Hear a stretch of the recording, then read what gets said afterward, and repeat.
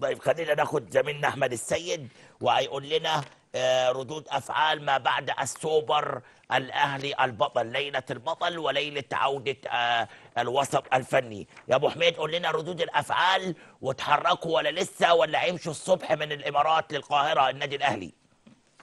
اهلا بيك يا استاذ عبد الناصر، واهلا بضيفك الكريم وبكل مشاهدي برنامج كوره بلدنا. يعني الفندق الفريق في الامارات يعني متحول. قول مبروك للاستاذ احمد عبد الراجل العزيز. مركز في قول الداتا له بتاعته. قول له مبروك مبروك رجوع للاستاذ برنامجك احمد الجديد. الاهلاوي الكبير ولكل الجماهير النادي الاهلي النهارده الفرحه. يعني انت داخل بتقرا قران؟ هو قال صباح الخير. لا الفرحه ملكانه الكواليس. كل حاجه. اتفضل يا ابو. السوبر العاشر الفندق الفريق اتحول لفرحه كبيره جدا. خلينا نقول ان كان قبل المباراه حاله من التركيز الشديد جدا، وكان في زي ما كنت قلت امبارح اجتماعات ما بين اللعيبه ما بين نفسها، كان في تعهد على تحقيق هذا اللقب واهدائه لجماهير الفريق.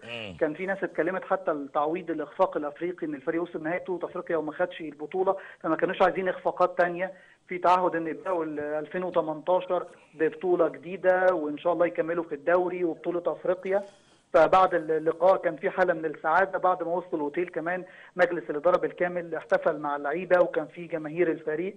يعني حتى الان السهر ممتد، المفروض هيرجعوا ان شاء الله صباحا الى القاهره، والكابتن حسام البدري اداهم راحه ان شاء الله يوم السبت، لكن هم على طول هيستأنفوا التدريبات على طول يوم الاحد علشان مباراه طلائع الجيش.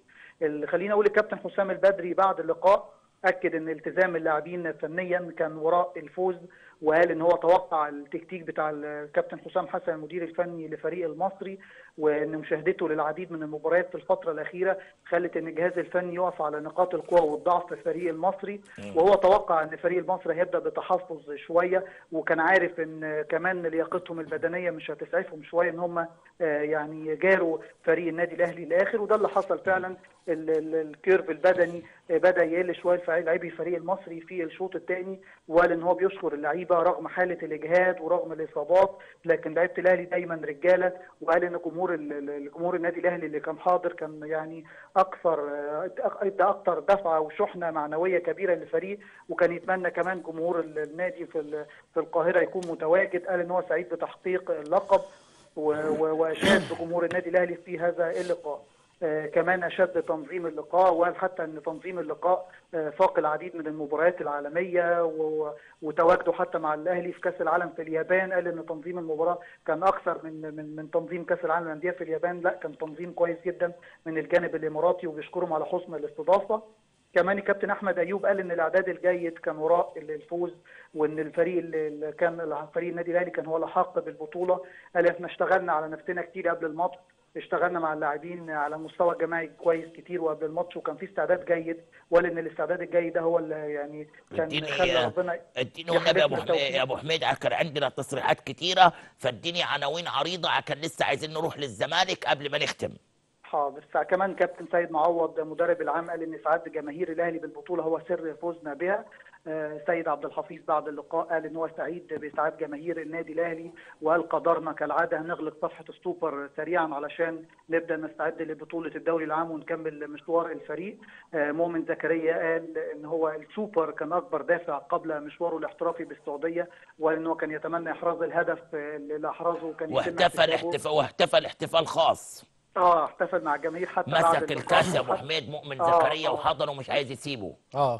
وكان حابب وكان اصر ان هو يتصور صوره والخلفيه ما هو كاس الوداع. بالفعل. حسام عاشور قال ان السوبر العاشر كان اقل هديه لجماهير الاهلي في كل مكان، وقال ان يعني ما بيهتمش بالارقام اللي دايما الناس بتقولها عليه، هو دايما 33 بطوله، واول بطوله يرفعها كابتن للاهلي. ده حقيقي بالفعل. ويعني ارقام حسام عاشور يعني تدرس كاحد كباتن النادي الاهلي، ولعيب باخلاصه وبجهده فعلا. عمرو السوليه ايضا قال ان تشجيع الجماهير في الملعب كان اكبر دافع للفوز بالبطوله، وان هو يعني احمد اقف عند السوليه، ويا ريت الصورتين اللي وصلوني يجهزوا على كان نطرح التساؤل ونقفل. السوليه، هل كلام الانذارين والكلام ده ما زال ليه صدى، او سمعت عنه داخل النادي الاهلي او حد قال لك عليه؟ في ناس اتكلمت بالموضوع ده، لكن انا اعتقد الانذار الاولاني كان لحسام عاشور والتاني للسوليه، لان هو المشهد ما كانش مبين قوي، فعلا كان المشهد الاولاني خلي بالك اللي جاب، بص اللي جاب اللغط الصورتين اللي انا عارضهم لك دول، يعني دول خاصين بينا بكره بلدنا. شيل الاسترابه، شيل الاسترابه. اللي جاب اللغط مخرج المباراه زي ما انا ده قلت. حقيقي بالفعل. اهو انذار للسوليه، اهو انذار للسوليه، كارت اصفر. هات لي اللقطه الثانيه. ده حقيقي. دي بقى ايه؟ الدقيقه 120، الدقيقه 106 انذار، الدقيقه 120 قال لك السوليه وكارت احمر. صح. دي اللقطتين بس ايه، عشان احنا اجتهدنا عشان نجيبهم لحضراتكم. هات لي اللقطه الاولى تاني. هات لي اللقطه الاولى تاني. دي في الدقيقه 106 صح كده يا اعداد؟ في الدقيقه 106 ومكتوب اهو عمرو السوليه 14 انذار وكارت اصفر. بعد كده المخرج بقى قال ايه في الدقيقه 100 وكام؟ 120. تعالى كده اهو عمرو السوليه كارت احمر. هنا اللبس عشان بس هو فعلا مخرج يا راجل لبس ايه ده؟ انت خليتني انا مشاهد وانا قاعد، انا نسيت ان انا على الهوا. مخرج انت عندك قدره مش طبيعيه. انا قعدت انت بتحكي لي في قصه. بص ما انا شايف. انا حبيت اختم. احنا من اول الحلقه بنتفرج على الماتش عشان نشوف اللغط جاي منين. تليفونات جات لي كتير قالوا لي عبد الناصر بيتكلم في حكايات. لا مش خياليه لا انا اكدت ان الاسكور، هو باين لا الاسكور مكتوب فيه حسام عاشور. حسام عاشور، بس كانت الكاميرا جايبه مين؟ خطأ مخرج. الاولاني هو فعلا اللقطه الاولى بينت ان فعلا السوليه هو اللي واخد بسبب خطأ الاولانيه 106 دي حسام عاشور للاعتراض. صح. صح، هي الاولانيه لعاشور، لكن المشهد العام واللقطه بينت ان السوليه اللي واخدها. دي في الاسكور حسام عاشور للاعتراض. صح. الثانيه بقى عمرو السوليه في كره مشتركه. ده بالفعل، وكل الناس توقعت ان السوليه مع الانذار الثاني ده يكون انذار الثاني. هو كاتب كارت احمر، هو كاتب كارت احمر المخرج. ده ما انا بالفعل انا قصدي حتى بغض النظر لو ما كانش كاتب، هو لقطته كان اوحت للناس وكتاباته على الشاشه ووجهت الناس خلاص ان ده الانذار الثاني ليه.